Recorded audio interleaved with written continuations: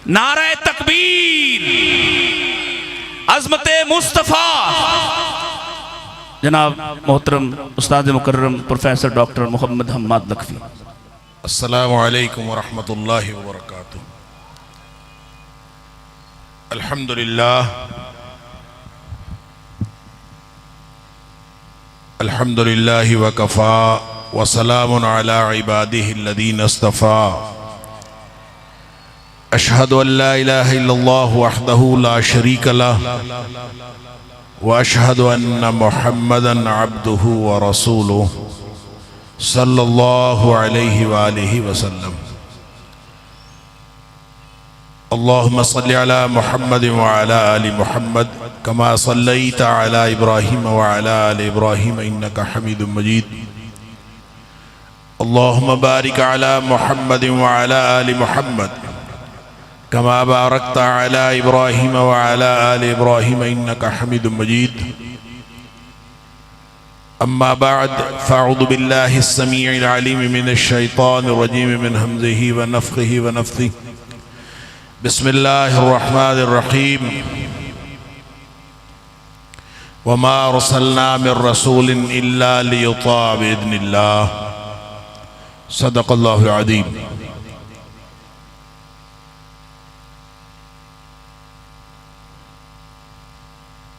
मुझे इस कॉन्फ्रेंस में हाज़िरी के हवाले से कई तरह के अखलाक़ी दबाव होते हैं और सबसे बड़ा दबाव ये है कि जो मेरे अज़ीज़ मोहतरम डॉक्टर मतीउल्लाह बाजवा साहब हैं, मुझे इनका उस्ताद होने का शर्फ हासिल है और ये मुझे किसी मौके पर सहूलत तो दें या ना दें, इस कॉन्फ्रेंस में आने की तकलीफ ज़रूर देते हैं। और इस कॉन्फ्रेंस में वो अभी अजीज़म अब्बास कह रहे थे कि सुबह कहीं किसी प्रोग्राम पे जाना है, तो अल्लाह के वलियों मैंने किसी प्रोग्राम पे जाना नहीं है। मेरा मुस्तकिल प्रोग्राम होता है। पिछले 5 साल से हम ही एक दूसरे से बेखबर ठहरे। गुज़श्ता 7 साल से 2015 से तफसीरुल कुरान का प्रोग्राम अल्लाह के फजल से जारी है। हर इतवार को 9:30 से लेकर 11:30 तक। तो चूँकि वो इतवार को सुबह प्रोग्राम करना होता है और उसके लिए मुझे मुतालिया भी करना होता है, इसलिए मैं हफ्ते की रात का प्रोग्राम तो बिल्कुल भी कहीं नहीं जाता।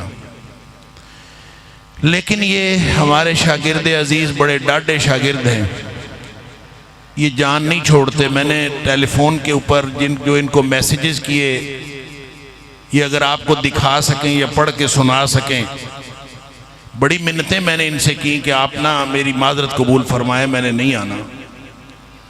लेकिन उन्होंने बहुत प्यार और मोहब्बत के साथ एक ही इसरार था कि हर सूरत में आना। मेरा हर बहाना, वो उनके ख्याल में कोई बहाना ठीक नहीं है, बस आना है। तो बहरहाल मैं पहले तो ढीठ हो जाया करता था, तो मुझे अब पता चला है कि वो मेरे से ज़्यादा ढीठ हैं। तो मुझे आना पड़ता है, वो नहीं मानते, मुझे मान जाना पड़ता है। वैसे भी सियाने कहते हैं पुत्र को पुत्र हो जाते हैं, मापे को मापे नहीं होंगे। जहाँ तक आज के इस सीरत के जलसे में, इस कॉन्फ्रेंस के अंदर पैगाम देने की बात है, मैं सिर्फ एक बात बहुत इख्तिसार के साथ अर्ज़ करूँगा। इसके बाद आप असल खिताब डॉक्टर खलीलुर रहमान जावेद साहब का सुनेंगे इंशाअल्लाह। मैं अभी उनको मजाक से कह रहा था, आप नौमौलूद डॉक्टर हैं। तो माशाल्लाह अभी नए नए डॉक्टर बने हैं। तकरीर तो पहले भी बहुत अच्छी करते थे, अब डॉक्टर बन के तो फिर इंशाअल्लाह मज़ीद कमाल हो जाएगा अल्लाह के फजल से।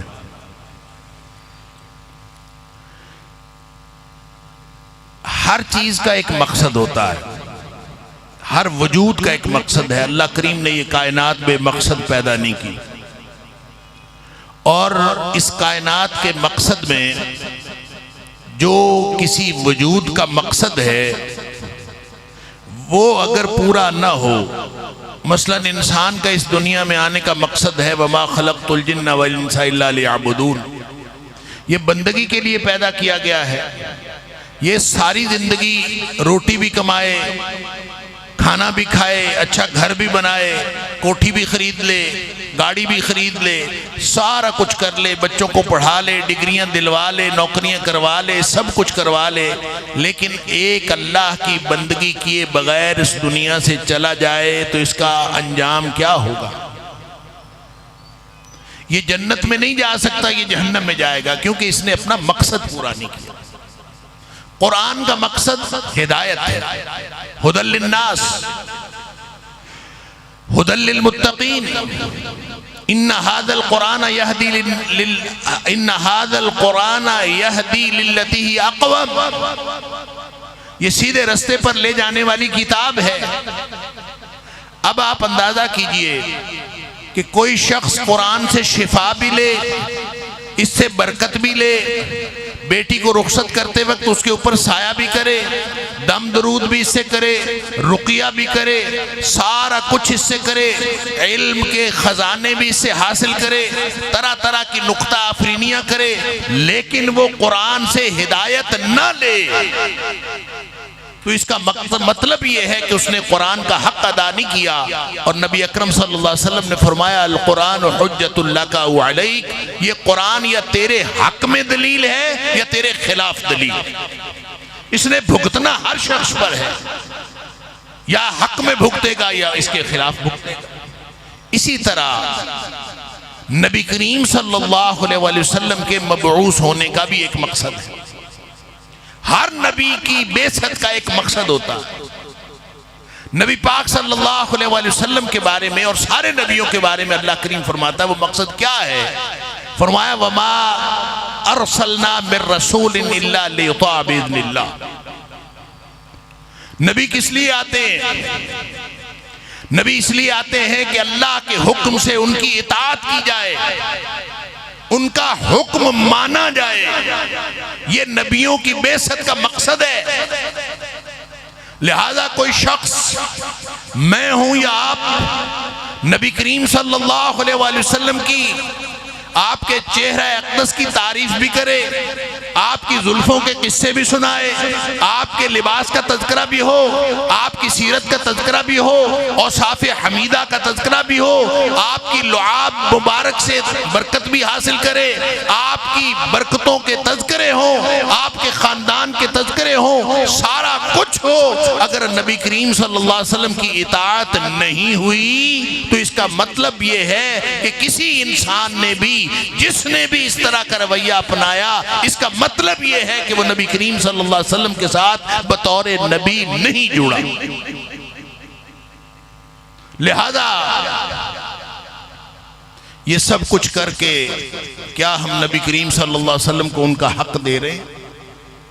और जो नबी को नबी का हक नहीं देता उसका ठिकाना जन्नत नहीं है, उसका ठिकाना जहन्नम है। नबी करीम सल्लल्लाहु अलैहि वसल्लम का हक किसी भाई का हक कोई ना दे, अल्लाह तौबा कबूल नहीं फरमाता जब तक उस भाई का हक उसने ना दिया हो। नबी करीम सल्लल्लाहु अलैहि वसल्लम फरमाते हैं, मेरे उम्मत के मुफलिस को जानते हो? नमाजें भी पढ़ता हुआ आएगा, हज भी किए हुए होंगे, सदका ज़कात भी होगा, तहज्जुद भी पड़ी हुई होगी, लेकिन जब वो आएगा तो हालात ये होंगे कि उसने लोगों के हक मारे होंगे, किसी का माल खाया होगा, किसी को मारा होगा, किसी को कत्ल किया होगा। तो अल्लाह ताला उसकी वो नेकियां लेके उन लोगों के दरमियान तकसीम कर दे, और वो जब सारी नेकियां तकसीम हो जाएंगी और उसके पास कुछ भी नहीं बचेगा, और अभी वो लोग बच जाएंगे जिनका हक था, इसने उनका हक नहीं दिया, वो हक खाया होगा, तो इसको उन लोगों की गुनाह लिए जाएंगे और इसके ऊपर डाल दिए जाएंगे, सुम्मा तोरेहा फिन्नार, फिर इसको फेंक दिया जाएगा जहन्नम के अंदर। अल्लाह अकबर।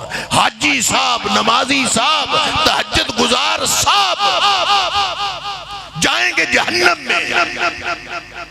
नबी पाक सल्लल्लाहु अलैहि वसल्लम फरमाया ये मेरी उम्मत का मुफलिस है। तो मैं हैरान हूं कि इस उम्मत का क्या बनेगा जिसके दीन का कुल असासा 10 मुहर्रम और 12 रबीउल अव्वल रह गया। इसके अलावा हमारे पास पल्ले कुछ नहीं। लगता यूं है कि ये पूरा मुल्क या मुहर्रम में मुसलमान होता है और 10 मुहर्रम तक मुसलमान रहता है, या रबीउल अव्वल में मुसलमान होता है और 12 रबीउल अव्वल तक मुसलमान होता है। क्या नबी करीम सल्लल्लाहु अलैहि वसल्लम ने यह दीन दिया था? वो हाली ने कहा था, ए खासा ए खासान रसूल, वक्त दुआ है, उम्मत पे आके तेरी अजब वक्त पड़ा है। जो दीन बड़ी शान से निकला था वतन से, परदेश में वो आज गरीबुल गुरबा। क्या अल्लाह के रसूल सल्लल्लाहु अलैहि वसल्लम ये दीन दे के गए थे? क्या नबी करीम सल्लल्लाहु अलैहि वसल्लम ने इस दीन की ड्यूटी लगाई थी, फल युबल्लिग शाहिदुल गाइबा, कि ये जो मैं दीन दे के जा रहा हूं ये क़यामत तक ये दीन मेरा पहुंचा दीजिएगा। क़यामत वाले दिन नबी करीम सल्लल्लाहु अलैहि वसल्लम ने जब इस्तिगासा दायर किया, जब आपने फरमाया इन्ना कौम इत्तखज़ू हाज़ल कुरान महजूरा, ये मेरी कौम थी, ये मेरा नाम लेती थी, मेरी बात करती थी, न कुरान पढ़ती थी, न कुरान से हिदायत लेती थी, न ये मेरी इताअत कबूल करती थी, न मेरा हुक्म मानती थी, न मुझे फॉलो करती थी, न मेरी इत्तिबा करती थी, नाम फिर भी नबी पाक सल्लल्लाहु अलैहि वसल्लम का लेती थी। नबी पाक सल्लल्लाहु अलैहि वसल्लम ने क़यामत वाले दिन एक तरफ नबी पाक सल्लल्लाहु अलैहि वसल्लम खड़े होंगे और एक तरफ उम्मती खड़े होंगे। नबी पाक सल्लल्लाहु अलैहि वसल्लम अपना हक मांगेंगे, इन्ना कौम इत्तखज़ू हाज़ल कुरान महजूरा। अल्लाह करे कि मुझे और आपको, हम सबको समझ आ जाए। अल्लाह हमारी कौम को समझ अता फरमा दे। ये कैसा दीन हमने कर लिया जिसका ताल्लुक न कुरान के साथ, ना नबी करीम सल्लल्लाहु अलैहि वसल्लम की हयात तय्यबा के साथ, पता नहीं कहां से लिया। और इस दीन को दीन समझे बैठे हैं। हजरत हुज़ैफा बिन यमान रज़ी अल्लाह ताला अन्हु का कौल है कि एक वक्त आएगा कि बिदअत इस कदर आम हो जाएगी कि लोग उसको छोड़ते हुए डरेंगे कि कहीं सुन्नत तो नहीं छोड़ दी। आज हालात वही हो गए हैं कि जो शख्स ये हरकतें नहीं करता, ये खुराफात नहीं करता, वो समझता है कि कहीं मैं महरूम तो नहीं रह गया। बिदअत सर चढ़ कर बोल रही है, सुन्नत पता नहीं छुपती फिरती है, ये पता नहीं कहां से दीन लिया है। अल्लाह के रसूल सल्लल्लाहु अलैहि वसल्लम का दीन वो कहीं छुपता फिरता है। मैं और आप और इस उसवा फाउंडेशन के लोगों के जरिए इस सैयदुल कौनैन कॉन्फ्रेंस का जो मकसद है, हम उठ खड़े हों, अल्लाह के रसूल सल्लल्लाहु अलैहि वसल्लम वाला दीन लोगों तक पहुंचा दे।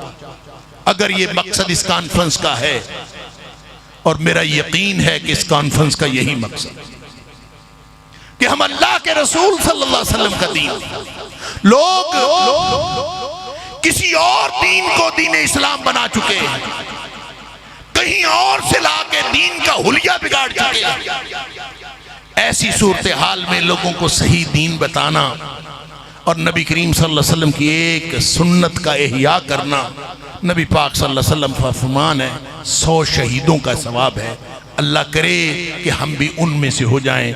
हम लोगों को घर घर जाके मिन्नतें करके, तरले करके हम लोगों को बताएं कि ये हरकतें छोड़ दें, नबी करीम सल्लल्लाहु अलैहि वसल्लम की इताअत और इत्तिबा पे आए। तो आप मेरे साथ वादा करें, मैं अपनी बात ख़त्म कर रहा हूँ।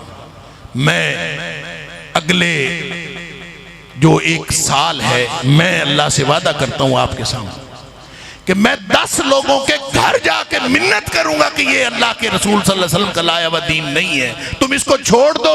मैं खैर खाई करता हूँ, वही खैर खाई जो नबी अल्लाह के, जो हजरत नूह अलैहिस्सलाम से लेकर हजरत ईसा अलैहिस्सलाम तक और नबी अकरम सल्लल्लाहु अलैहि वसल्लम तक सारे नबी जाके घर घर कहते थे हम कोई अजर नहीं मांगते, हम तो खैर खाई करना चाहते हैं, हम तुम्हें जहन्नम से बचाना चाहते हैं। हम भी नबियों वाला काम करें, लोगों के जाके दरवाजे पे दस्तक दें, उनको जाके मिन्नत तरला करें। आप सब वादा करें, हम इंशाअल्लाह जितनी जिंदगी बाकी है अल्लाह को मालूम है, हम कम अज कम अगले 1 साल में 10 लोगों को अल्लाह के रसूल सल्लल्लाहु अलैहि वसल्लम का दीन सिखाएंगे, ये शऊर दिलाएंगे। आप वादा करते हैं, आप वादा कर रहे हैं, फिर जरा खड़े होकर वादा कीजिए कि हम इंशाअल्लाह हम में से हर फर्द 10 घरानों तक ये पैगाम पहुंचा के छोड़ेगा इंशाअल्लाह। बहुत शुक्रिया। व आखिर दावाना अल्हम्दुलिल्लाह रब्बिल आलमीन।